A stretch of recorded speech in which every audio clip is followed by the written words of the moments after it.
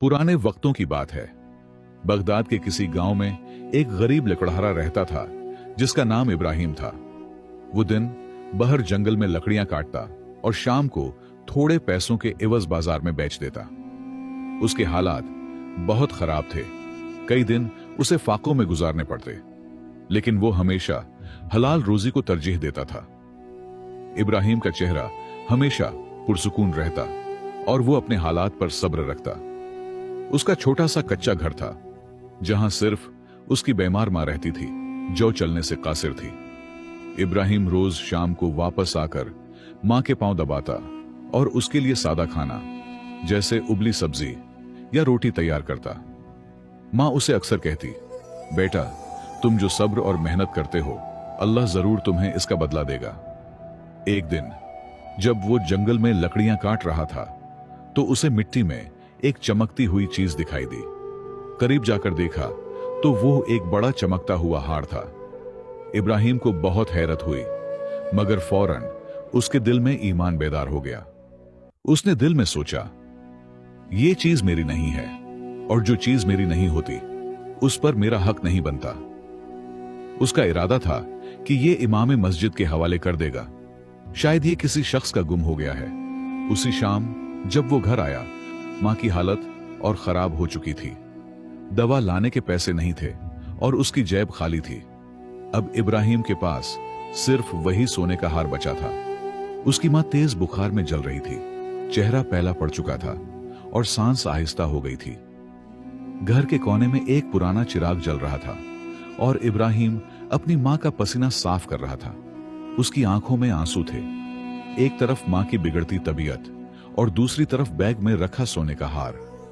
इब्राहिम ने दिल में सोचा, अगर मैं ये हार बेच दूं तो मां के लिए दवा आ सकती है, मगर क्या मैं अल्लाह से छुप सकता हूं? सुबह सवेरे इब्राहिम चुपचाप घर से निकल पड़ा। इब्राहिम सीधा मस्जिद चला गया। वहां इमाम साहिब बैठे कुरान पढ़ रहे थे। इब्राहिम ने झुककर हार उनके सामने रख दिया और सारा सच बता दिया। इमाम साहिब ने उसकी आंखों में देखा और कहा, बेटा, तुमने अपना ईमान बचाया है। ये हार से ज्यादा कीमती काम है। अल्लाह उन्हीं लोगों को आजमाता है जिनसे वो मोहब्बत करता है। फिर उन्होंने ऐलान करवाया कि जिसका ये हार खोया है और वो सही पहचान बताएगा, उसी को वापस दिया जाएगा। गांव के लोगों ने इब्राहिम की इस ईमानदारी का किस्सा सुना तो उन्हें भी ये सुनकर बहुत अच्छा लगा। इसलिए गांव के कुछ अच्छे लोगों ने मिलकर इब्राहिम की मां के इलाज के लिए पैसे जमा किए और कुछ दिनों में मां की हालत बेहतर हो गई। इब्राहिम को यह अंदाजा ना था कि उसका सच बोलना अल्लाह तक पहुंच चुका है। एक दिन एक अमीर आदमी गांव में आया और मस्जिद में जाकर कहा, मैंने जंगल में एक कीमती हार खो दिया था जिसकी निशानी ये है। इमाम साहिब ने वही हार निकालकर उसे दिखाया और पूछा, यही है ना? ताजिर की आंखें खुशी से चमकने लगे। जी हां, ये वही है। उसने हार हाथ में लेकर काफी देर तक देखा, जैसे यादें वापस आ गई हों। फिर उसने इमाम साहिब से पूछा, ये किसने वापस किया? इमाम साहिब ने इब्राहिम को बुलाया। इब्राहिम शर्मिली हालत में सादा कपड़ों में खड़ा हो गया, जिसके हाथ सख्त मेहनत के निशान लिए हुए थे, मगर चेहरे पर सच्चाई चमक रही थी। ताजिर ने जेब से सिक्कों से भरी थैली निकाली और बोला, बेटा, ये तुम्हारे सच और ईमानदारी का इनाम है। इब्राहिम ने नरमी से मुस्कुराकर हाथ पीछे कर लिए और कहा, हुजूर, मैंने ये काम इनाम के लिए नहीं किया। अगर इससे किसी की चीज वापस मिल गई तो यही मेरी सबसे बड़ी खुशी है। इमाम साहिब की आंखों में आंसू आ गए। उन्होंने कहा, इब्राहिम, तुम जैसे लोग ही हमारे गांव का फख्र हैं। ताजिर कुछ देर खामोश रहा, फिर बोला, अगर तुम इनाम नहीं लोगे तो मेरी एक बात जरूर मानो। मेरे पास एक काम है जो सिर्फ तुम ही कर सकते हो। इब्राहिम ने तअज्जुब से पूछा, कैसा काम? ताजिर बोला, मेरे बाग की रखवाली पर मौजूद एक पुराना मुहाफिज इंतकाल कर चुका है। अब मुझे एक दियानतदार और काबिल एतमाद शख्स की जरूरत है जो उसकी जगह जिम्मेदारी संभाले। इब्राहिम ने खामोशी से सोचा और इमाम साहिब की तरफ देखा।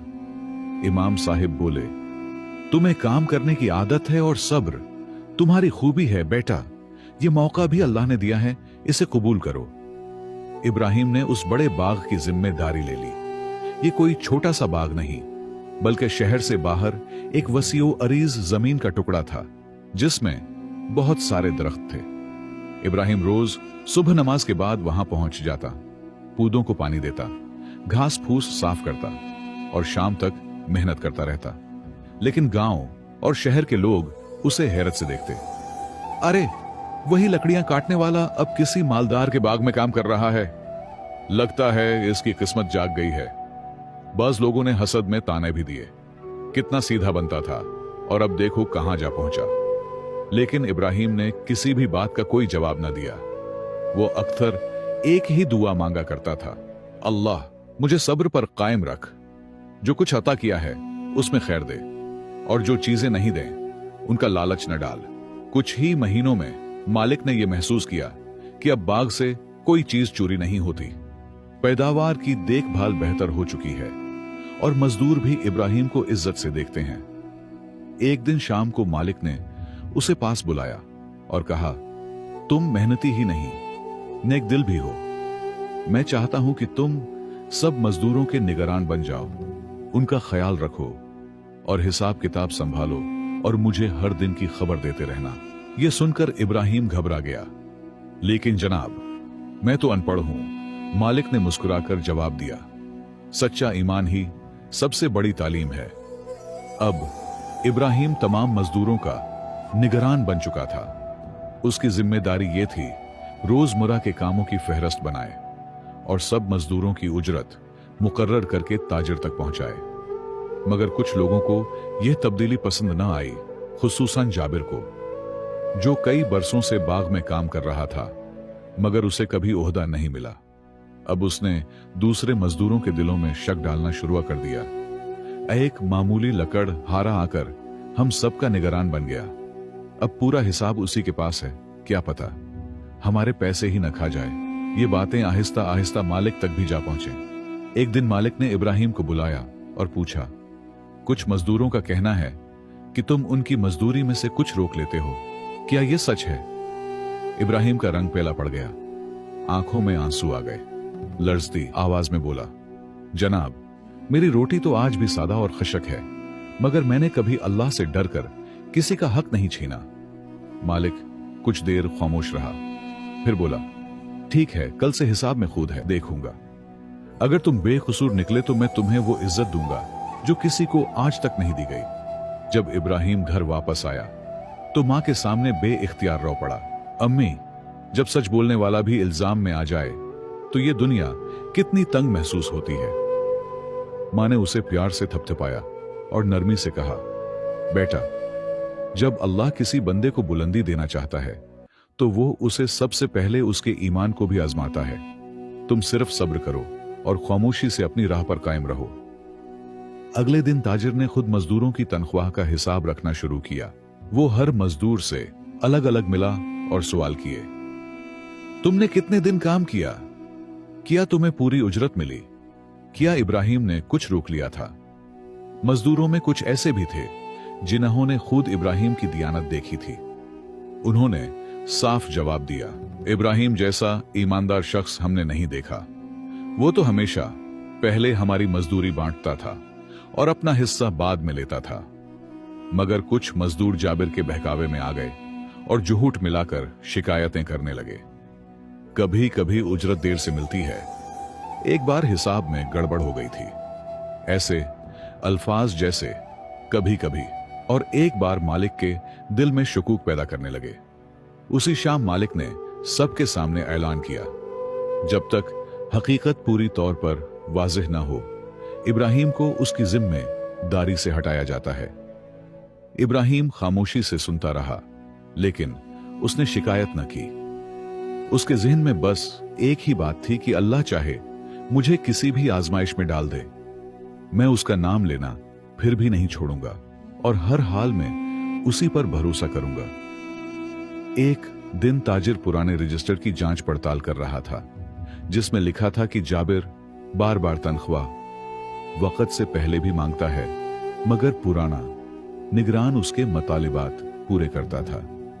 मगर जब से इब्राहिम नया निगरान मुकर्रर हुआ था, उस दिन से उसने जाबिर के नाजायज मतलिबात मानने से इनकार कर दिया था, जिससे यह बात वाज़ेह होती थी कि जाबिर ने ही इब्राहिम के खिलाफ साजिश की है। यह सब देखकर ताजिर हैरान रह गया। तो यह सब कुछ इब्राहिम के खिलाफ एक साजिश थी। उसी वक्त ताजिर ने सब मजदूरों के सामने इब्राहिम को बुलाया। इब्राहिम फौरन हाजिर हुआ। ताजिर सब मजदूरों के सामने कहने लगा, आज मुझे यह सबक मिला कि सच कभी खत्म नहीं होता, चाहे उसे जाहिर होने में वक्त लगे। इसके बाद उसने वो रजिस्टर सबके सामने बुलंद आवाज में पढ़ा। जाबिर का चेहरा जर्द हो गई और बाकी सब मजदूर हैरत ज़दा रह गए। फिर ताजिर ने इब्राहिम की तरफ देखा और कहा, जिसे मैं शक की नजर से देखता था, आज मुझे उसी पर सबसे ज्यादा भरोसा बन गया है। इब्राहिम, अब तुम मेरे असल मुंशी हो, सिर्फ इस बाग के नहीं बल्कि मेरी तमाम दुकानों का हिसाब किताब अब तुम ही संभालोगे। इब्राहिम की आंखें नम हो गईं। जनाब, ये ओहदा मेरे लिए कोई मकाम नहीं, बल्कि ये उस बात का जवाब है कि अल्लाह सब कुछ देखता है। अब इब्राहिम ताजिर का मुंशी बन चुका था।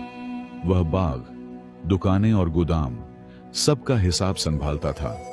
सुबह से लेकर रात तक खामोशी से मुसलसल काम करता और हर एक रुपया दियानतदारी से रजिस्टर में दर्ज करता।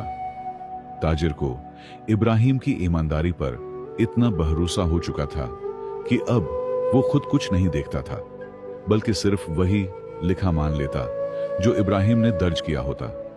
मगर जैसा कि दुनिया में होता है, जहां अल्लाह की बरकत उतरती है, वहां शैतान अपना वार जरूर करता है। अब की बार आजमाइश मालो दौलत की थी। एक दिन मालिक ने इब्राहिम को कुछ सोना गिनने को दिया और कहा, इब्राहिम, ये 7 थैलियां शहर में वाक़े मेरी हवेली ले जाना, हर एक में 10 तौले सोना है। वहां जाकर ये मेरी बेटी की शादी की तैयारी के लिए दे देना।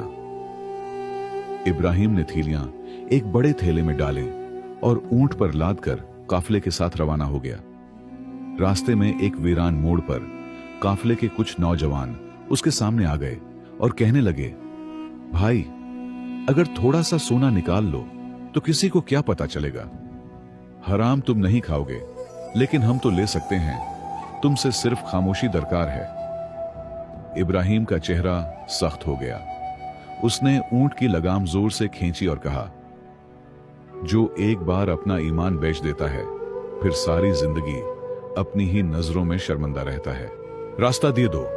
लड़के हंसते हुए हट तो गए, लेकिन उनमें से एक ने बेग में से चुपके से थैली निकाल ली। जब इब्राहिम हवेली पहुंचा, एक थैली का वजन कम निकला। ताजिर की बेटी की सास ने फौरन कहा, देखा, जो जितना भूला लगे अक्सर वही अंदर से होशियार निकलता है। ताजिर को एतबार ना आया, लेकिन वजन कम था। इब्राहिम अब एक और इल्तिजाम में फंस गया था। मगर इस बार मामला ज्यादा संगीन हो गया था, क्योंकि अब सिर्फ सच्चाई नहीं बल्कि इज्जत और एतमाद भी खतरे में थे। हवेली में लोग खामोश खड़े थे। ताजिर की बेटी की सास जोर जोर से बोल रही थी, 10 तौले सोना कम है, इतनी कीमती शय कौन से शख्स को दे दी गई। ताजिर ने नरमी से पूछा, इब्राहिम, रास्ते में कोई गैर मामूली बात हुई, कुछ नजर आया या महसूस हुआ? इब्राहिम ने जवाब दिया, जी, कुछ नौजवान मिले थे, उन्होंने कुछ कहा, लेकिन मैंने तवज्जो नहीं दी, शायद वहीं कुछ हो गया हो। यह सुनकर सास ने तंजिया अंदाज में कहा, अब तो बहाने भी कमाल के हैं। नौजवान आए, जादू क्या और सोना हवा में उड़ गया।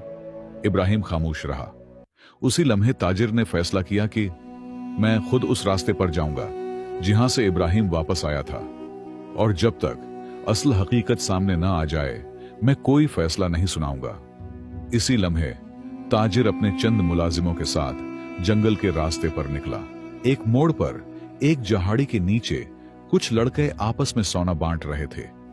ताजिर फौरन वहां पहुंचा और उन लड़कों को रंगे हाथों पकड़ लिया और अपने मुहाफिजों के जरिए उन लड़कों की खूब पिटाई की। बाद में ताजिर ने जब उनसे तफ्तीश की तो पता चला कि वो लड़के अक्सर काफिले के साथ शामिल हो जाते हैं और जिस किसी के पास माल हो उसको रोक कर बातों में लगा लेते हैं और चुपके से उनका एक साथी माल चोरी कर लेता है। यही काम उन्होंने इब्राहिम के साथ भी किया था। ताजिर को उसका सोना मिल चुका था। उसने अपने मुहाफिजों के जरिए उन लड़कों को काजी की अदालत में भिजवा दिया और खुद सोना लेकर गहर की तरफ चल पड़ा। ताजिर ने इब्राहिम को बुलाकर सबके सामने कहा, सिर्फ वो शख्स अमीर नहीं होता जिसके पास दौलत हो, बल्कि वो शख्स असल में अमीर है जिसके पास ईमान हो, और इब्राहिम तुम सबसे बड़े अमीर हो। इब्राहिम ने आजिजी से सर झुका दिया और कहा, मैं कुछ भी नहीं अगर मेरा सजदा मुखलिस ना हो। तब ताजिर ने कहा, इब्राहिम, मैं चाहता हूं कि तुम मेरे साथ शहर चलो और मेरी सबसे बड़ी दुकान का पूरा हिसाब किताब अब तुम संभालो। जब इब्राहिम घर पहुंचा तो मां के पास बैठकर सब कुछ बता दिया। मां ने गहरी सांस लेते हुए कहा, बेटा, जो भी इज्जत दौलत मिले बस अल्लाह की रिजा और ईमानदारी के साए में हो, लेकिन इतना सोच कहीं ऐसा ना हो कि शहर की चमक दमक तुझे तेरे रब से दूर कर दे। इब्राहिम कभी अपनी मां का चेहरा देखता, कभी अपनी पुरानी कुल्हाड़ी को, वही कुल्हाड़ी जिसने भूख में भी उसे गलत रास्ते पर नहीं जाने दिया। सुबह फजर के बाद इब्राहिम ताजिर के पास गया और कहा, जनाब, मैं शहर नहीं जाना चाहता। ताजिर हैरान हुआ। क्यों इब्राहिम? इब्राहिम ने धीमे लहजे में जवाब दिया, यह गांव मेरी जिम्मेदारी है। यहां वह लोग बसते हैं जो मुझ पर भरोसा करते हैं, छोटे बच्चे जो मेरे अमल से सजदा सीखते हैं, बूढ़े जो मुझे देखकर सब्र करना सीखते हैं। अगर मैं चला गया तो शायद किसी और की उम्मीद भी खत्म हो जाएगी। ताजिर की आंखें बहर आईं। इब्राहिम, तुम यहीं रहोगे और मैं गांव में एक नई दुकान खोलूंगा जिसका नाम होगा सच का सौदा, और उसका मालिक तुम होगे। इब्राहिम ने आजिजी से कहा, मैं मालिक नहीं, सिर्फ अल्लाह का एक मेहनतकश बंदा हूं। अब गांव के एक कोने में एक दुकान खुल चुकी थी जहां पैसे से ज्यादा ईमानदारी का भरोसा दिया जाता था। इब्राहिम की दुकान सच का सौदा अब गांव का निशान बन चुकी थी। वहां न वजन में कम होती, न जबान में झूठ। सब जानते थे, यहां इब्राहिम बैठता है यानी यहां अल्लाह का खौफ बाकी है। लोग दूर दराज से आते, कोई कुछ रोटियां ले आता तो कोई अपने दिल के सवाल। इब्राहिम अब सिर्फ एक दुकानदार नहीं बल्कि गांव का रहबर बन चुका था। लोग आज भी कहते हैं, वही लकड़ियां उठाने वाला शख्स आज दूसरों के दिलों से गम और बोझ हटा रहा है। सिर्फ यही नहीं, हर वो शख्स जो सच पर कायम रहे वही अमीन होता है। वक्त बदल जाता है, जगहें बदल जाती हैं, लेकिन ईमानदारी का रास्ता हमेशा बाकी रहता है। ये कहानियां खत्म नहीं होती हैं, बल्कि नई नस्लों में आगे बढ़ती हैं। या अल्लाह, हम सबको अमीन की तरह सच्चा और सब्र करने वाला बना। आमीन।